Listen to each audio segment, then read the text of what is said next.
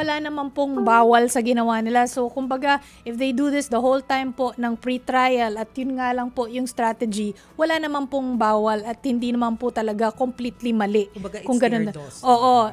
Sa tingin mo, their loss lang po, pero hindi naman bawal ang ginagawa.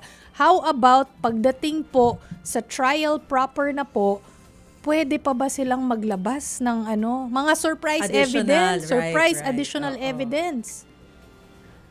Usually po sa korte, kapag maglalabas ng ebidensyang hindi po stipulate sa pre-trial conference, kailangan po nilang i-rationalize ito sa court.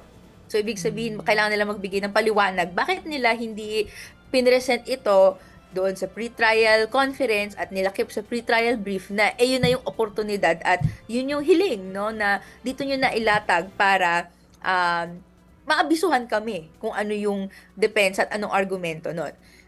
Kung hindi po, may mga pagkakataon na sa korte, kahit andyan, you're reserving your right, at hindi satisfactory yung explanation, may possibility na hindi po i-allow yun.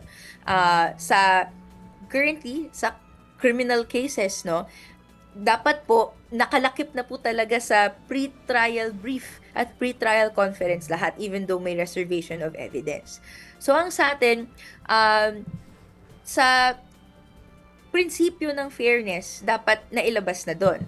Pero handa naman tayo kung ano man yung ilabas during the trial proper.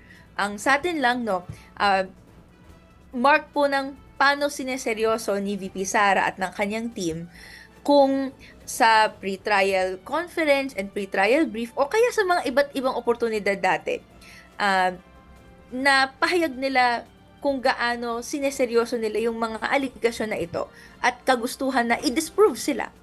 Pero hanggang ngayon, puro technicalities pa rin yung naririnig natin na reasons kung bakit dapat hindi ito mag-prosper. So sa atin, may tinatanong tayo, seryoso po ba si VP Sara sa impeachment process na ito o hindi?